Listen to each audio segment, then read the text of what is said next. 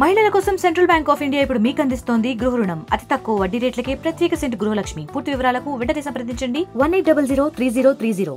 మాకు ప్రార్థించుకోవడానికి మాకు మస్జిద్ లేదు అంటే ఆయన కోట ప్రాంగణంలో మస్జిద్ కట్టించారు. సనాతన ధర్మాన్ని పాటించే వ్యక్తి తాలూకు విలక్షణం. అలాగే అనేక మంది సంస్థానాలు కానీ అందరూ కూడా పోర్చుగీస్ నుంచి వచ్చినా ఎవరు వచ్చినా క్రిస్టియానిటీని తీసుకొచ్చినా కానీ అందరికీ సమానంగా ఈ దేశం తీసుకుంది.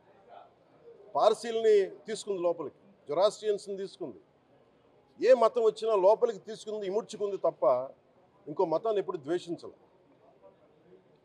కానీ ఈరోజు నేను మాట్లాడుతుంది ఈ ప్రాయశ్చితం దేనికి మా దీక్ష అనుకుని నేను ఎప్పుడు మీ అందరికీ తెలుసు 5 సంవత్సరాల వైసీపీ పాలనలో ఇదే దేవాలయంలో కనకదుర్గ అమ్మవారి రథం తాలూకు మన సింహాలు మాయమైనవి, కొన్ని ఇబ్బందులు తప్పులు జరిగినాయి అంటే ఒక్కొక్కరు ఎలా మాట్లాడారు వైసీపీ నాయకులు. వాళ్ళెవరు ముస్లిమ్స్ కాదు, హిందూస్ కాదు, వాళ్ళెవరు ముస్లిమ్స్ కాదు, క్రిస్టియన్స్ కాదు, హిందువులే అందరూ. పొద్దున్నేస్తే తాళ్ళు కట్టుకునే వాళ్ళు, బొట్లు పెట్టుకునే వాళ్ళే. కానీ ఒక తప్పు జరిగింది, ఒక అపవిత్రం జరిగింది అంటే పదవులు అనుభవిస్తూ ఉన్నవాళ్ళు, పొద్దున లేస్తే గుళ్ళకి వెళ్ళేవాళ్ళు, వీళ్ళు అపహాస్యం చేస్తూ ఉన్నారు, వీళ్ళు వెటకారం చేస్తూ ఉన్నారు. ఈ ఎంటైర్ ఈ విషయంలో వాళ్ళు మతం పుచ్చుకున్నారా లేదా నాకు అన్నీ తెలియదు. వైవి సుబ్బారెడ్డి గారు ఉన్నారు, భూమన కరుణాకర్ రెడ్డి గారు ఉన్నారు, వారి కుటుంబ సభ్యులు ఉన్నారు. ఎవరైనా సరే మీరు మతం పుచ్చుకున్నారా లేదా నాకు తెలియదు. అవన్నీ అది మీరు బయటికి చెప్పుకుంటారా లేదా నాకు తెలియదు.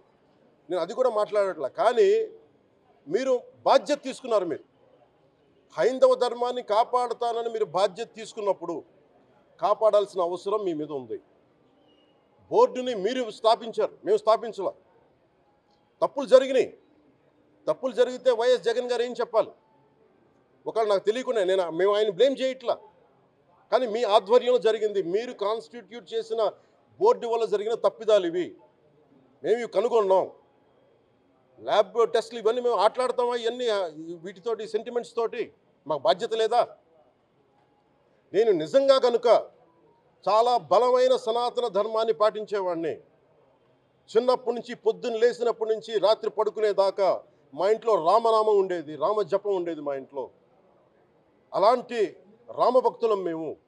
కానీ రామతీర్థం విగ్రహాన్ని, రాముడి విగ్రహాన్ని శిరచ్ఛేదం జరిగినప్పుడు ఒక సగటు సనాతనవాదిగా, సగటు హిందువుగా, సగట రామభక్తుడిగా బయటకు వచ్చి చాలా గొడవలు చేయగల సత్తా ఉన్నవాడిని గుర్తుపెట్టుకోండి. ముఖ్యంగా వైసీపీ నాయకులకి, నన్ను విమర్శించే దేశ యావత్తు నన్ను విమర్శించే ప్రతి ఒక్కరికి తెలియజేస్తున్నా, గొడవ పెట్టుకోవాలంటే చాలా బలంగా గొడవ పెట్టుకోవాలి. కానీ నాది పేదవాళ్ళ కష్టాలు, క్రిమినలైజేషన్ ఆఫ్ పాలిటిక్స్, వీటి మీద మేము మాట్లాడతాం, వీటి మీద తప్పించాం. ప్రజలు బాగుండాలి, కాన్స్టిట్యూషన్ వాల్యూస్ని అప్హోల్డ్ చేయాలి, రాజ్యాంగం బాగుండాలి, వీటి కోసం తపన పడేవాళ్ళు. కానీ సెక్యులరిజం పేరు మీద, secularism is not one way, it's 2 వే.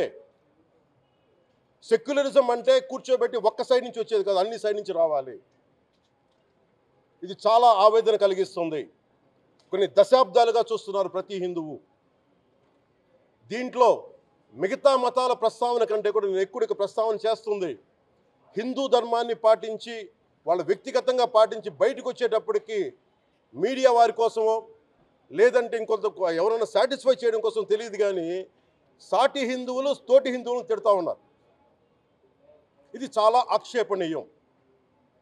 దీంట్లో నేను ముస్లిమ్స్ నిందించట్లా, అది క్రిస్టియానిటీ నిందించట్లా, కానీ బాధ్యత తీసుకున్న హిందువుల్ని నేను నిందిస్తున్నాను.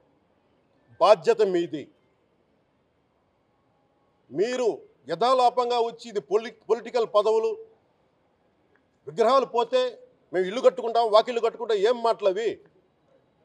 ఇదే మీరు మస్జిద్లో జరిగితే మాట్లాడతారా?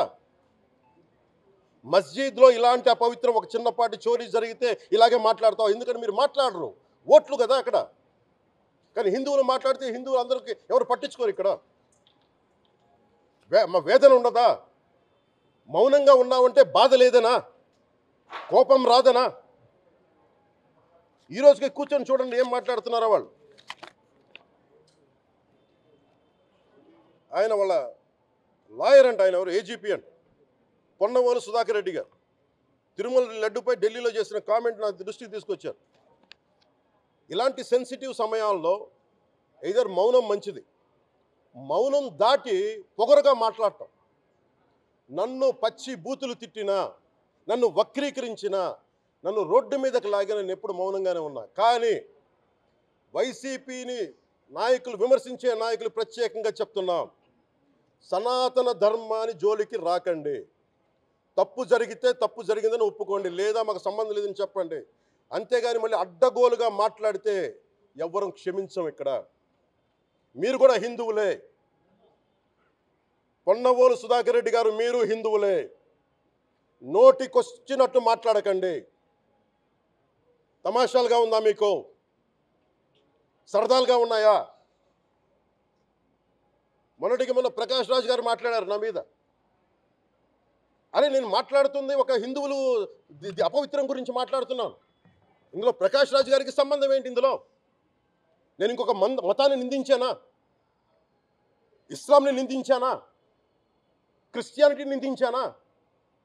అపవిత్రం జరిగింది, ఇలా జరగకూడదు, ఫుడ్ అడల్ట్రేషన్ జరిగిందని మాట్లాడుతుంటే దీన్ని గోల చేయకూడదంట. అంటే తప్పు జరిగినప్పుడు మాట్లాడకూడదా? ఒక అపవిత్రం జరిగితే మాట్లాడకూడదా? దేవతా విగ్రహాలను శిరచ్ఛేదం చేస్తే మాట్లాడకూడదా? ఏం పిచ్చి పట్టింది ఒక్కొక్కళ్ళకి? ఎవరి కోసం మాట్లాడుతున్నారు మీరు? ప్రకాష్ రాజ్ కూడా చెప్తా ఉన్నాను, నాకు మీరంటే గౌరవం, I have extreme respect for you.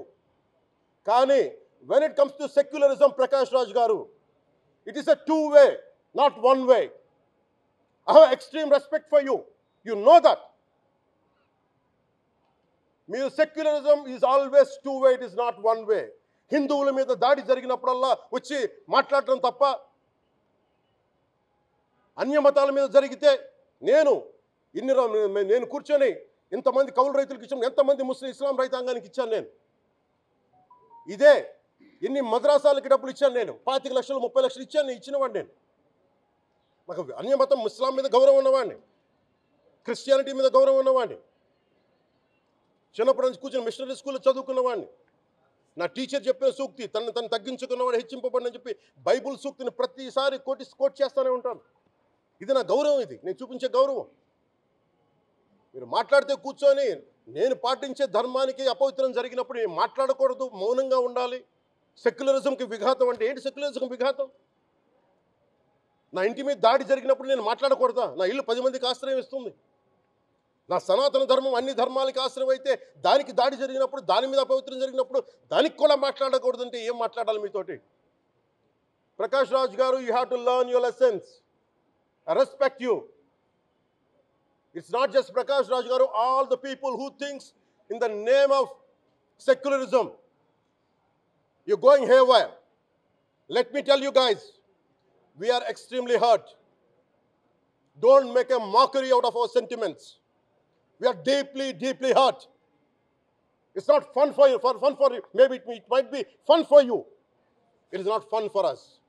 It's a deep anguish, deep pain. Don't you ever forget. Before you come and think 100 times and talk about Sanatana Dharma. Enough of this. చాలు. ఇష్టానికి మాట్లాడుతూ ఉన్నారు సనాతన ధర్మం మీద. అయ్యప్ప స్వామి మీద మాట్లాడతారు, సరస్వతి దేవి మీద మాట్లాడతారు. అల్లా మీద మీరు మాట్లాడగలరా? మహమ్మద్ ప్రవక్త మీద మీరు మాట్లాడగలరా? జీసస్ మీద మీరు మాట్లాడగలరా? అందరూ కూర్చొని సనాతన ధర్మం మీద, వినాయకుడి మీద జోకులు వేస్తారు, దుర్గాదేవి మీద జోక్స్ వేస్తారు, సరస్వతి దేవి మీద జోక్స్ వేస్తారు. మా మనోభావాలు గాయపడవా? మాకు బాధ ఉండదా? అందుకే నేను ప్రతిపాదించింది ఏంటంటే, ప్రతి దానికి రావలేకపోతున్నాం. సనాతన ధర్మ రక్షణ board is order of the day. ప్రతిసారి కూర్చోబెట్టి మేము డిఫెండ్ చేసుకోలేం. ఇది ప్రతి సగటు హిందువు తాలూకు ధర్మం. ఇదే ఇస్లాం మీద దాడి జరిగితే ఎంతమంది బయటకు వస్తారు, ఎంతమంది నిరసన తెలియజేస్తారు? రోడ్ల మీదకి రమ్మని చెప్పట్లా. కనీసం మీకు కోపం కూడా రాకపోతే మేము ఏం చేస్తాం? గుడికి వెళ్ళే ప్రతి హిందువు బాధ్యత కాదా ఇది? నా ఒక్కడి బాధ్యతేనా? మా బాధ్యతేనా? మీది కాదా? ధర్మాన్ని పరిరక్షించడానికి మీ బాధ్యత కాదా? మరిన్ని వీడియోస్ కోసం ఛానల్ ని సబ్స్క్రైబ్ చేయండి, లేటెస్ట్ అప్డేట్స్ కోసం వాట్సాప్ ఛానల్ ని ఫాలో చేయండి, అండ్ లింక్ డిస్క్రిప్షన్ లో ఉంది.